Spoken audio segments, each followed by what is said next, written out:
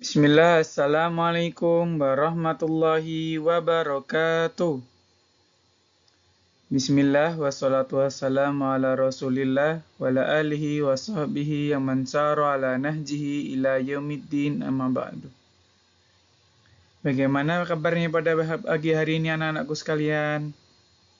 Semoga selalu dalam lindungan Allah dan dalam keadaan sehat. Nah, di sini kita akan mempelajari tentang materi sholat Jumat. Ustadz harap setelah mempelajari materi ini, kalian dapat mengetahui apa itu sholat Jumat, kemudian sunnah-sunnahnya apa, dan hikmahnya apa yang jika kita mengerjakan sholat Jumat. Baik. Yang pertama, ada yang tahu tidak apa itu pengertian dari sholat Jumat? Baik, mari kita baca bersama-sama. Pengertiannya, sholat Jumat adalah ibadah sholat wajib 2 rakaat yang dilakukan di hari Jumat secara berjamaah dan didahului dengan 2 khutbah. Sholat Jumat merupakan fardhu ain bagi setiap laki-laki muslim.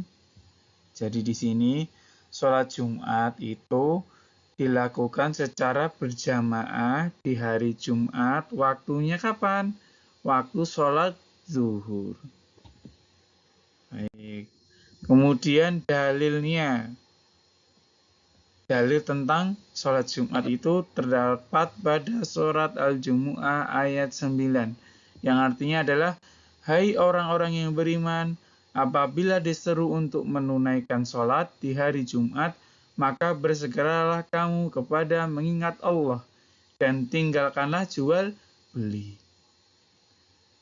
Di sini disuruh, hai orang-orang yang beriman, berarti orang Islam. Jadi orang kafir tidak wajib melakukan sholat Jumat. Dan apabila disuruh untuk menunaikan sholat di hari Jumat, nah ini menunjukkan waktu harinya sholat Jumat, yaitu di hari Jumat. Selanjutnya, dalil dari hadis dari sahabat Thariq bin Syihab dari Nabi SAW, beliau bersabda, yang artinya adalah sholat Jumat dengan berjamaah wajib bagi setiap muslim kecuali 4 orang yang tidak wajib. Di sini ada keterangannya, apa itu? Siapa yang tidak wajib melaksanakan sholat Jumat?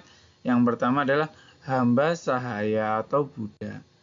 Tapi alhamdulillah zaman sekarang sudah tidak ada ya hamba sahaya atau budak.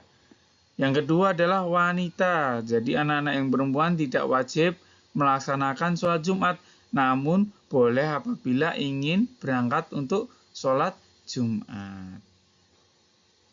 Yang selanjutnya anak-anak, jika belum balik tidak wajib, namun jika sudah balik wajib melaksanakan sholat Jumat bagi laki-laki. Yang terakhir adalah sakit.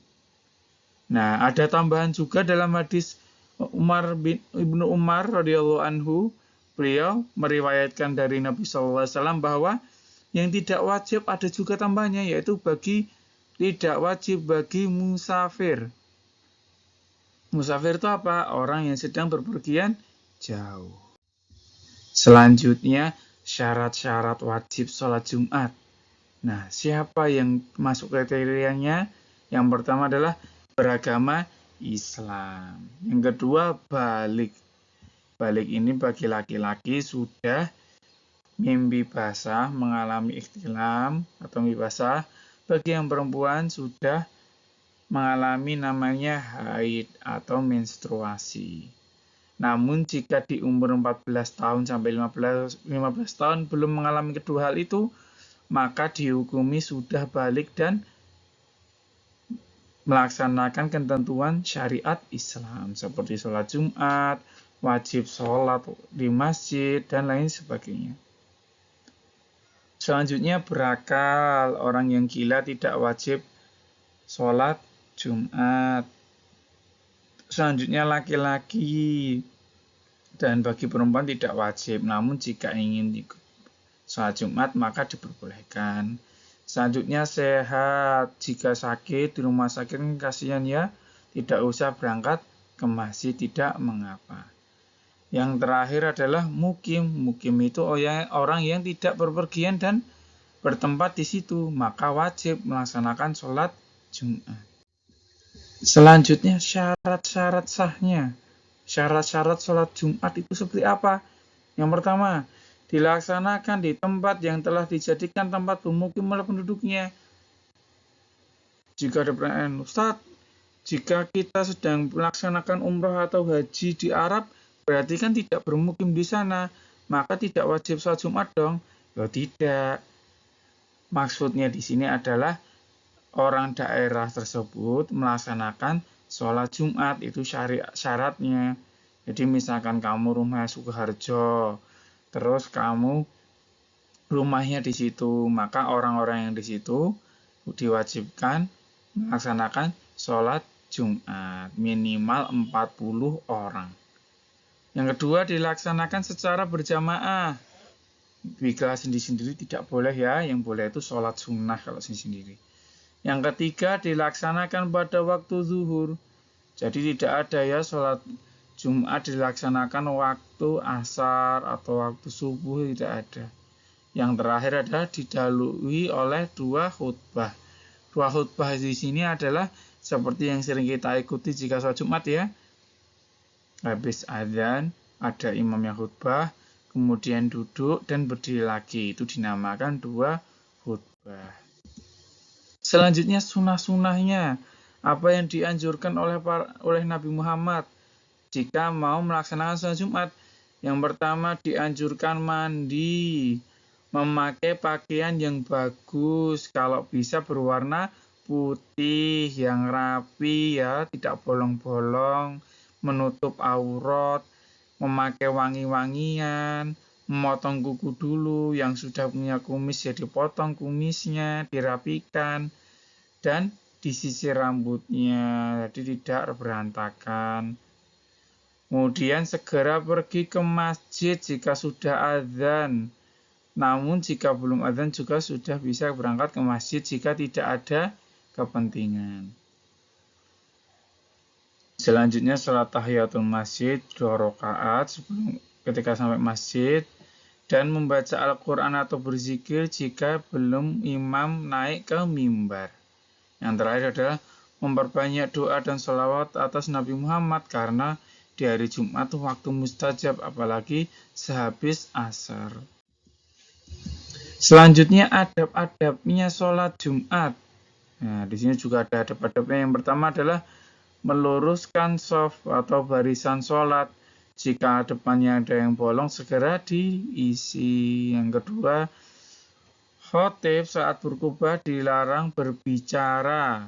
Yang masih ramai ketika khutbah Jumat, dipelankan suaranya, berdiam, karena jika kita berisik waktu imam sedang berkhutbah, maka sholat Jumat kita sia-sia, nggak mendapatkan apa-apa.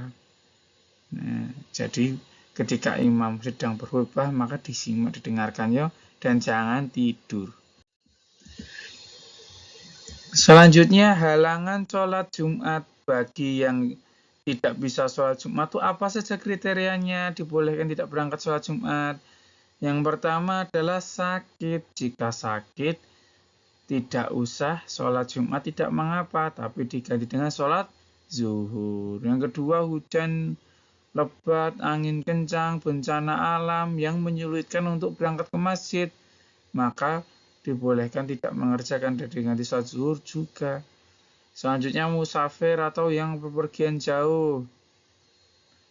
Dan yang terakhir, perjalanan menuju ke masjid tidak aman, seperti saudara-saudara kita yang sedang di Palestina, di Syria, ya, sedang berperang, kasihan ya, maka kita bersyukur di Indonesia ini kita negara yang aman. Jika beribadah tidak ada yang mengganggu, maka kita patut syukuri dan semakin semangat untuk berangkat ke masjid. Baik, selanjutnya yang terakhir adalah hikmahnya. Hikmahnya apa yang kita bisa ambil Ustadz jika mengerjakan sholat Jumat?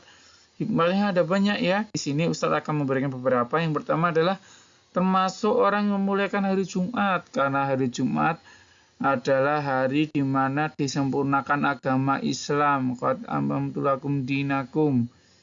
Maka kita patut memuliakan hari Jumat. Yang kedua, menguatkan silaturahmi antar sesama, mengetahui kondisi jamaah yang lainnya, berkumpul umat Islam di dalam masjid.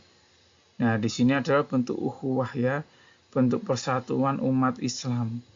Selanjutnya adalah mendorong semangat beribadah ke masjid. Makanya kita sering lihat ya ketika sholat wajib 5 waktu sedikit yang berangkat. Tapi waktu sholat Jumat yang berangkat banyak karena sangat bersemangat dalam melaksanakan sholat Jumat. Selanjutnya pahala kebaikan dilipat gandakan.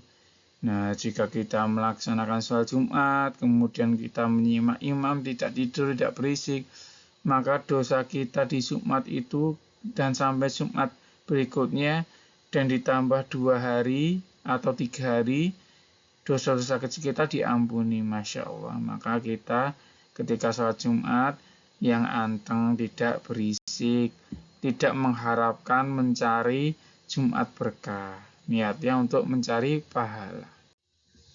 Baik. Jika ada yang ditanyakan, silahkan.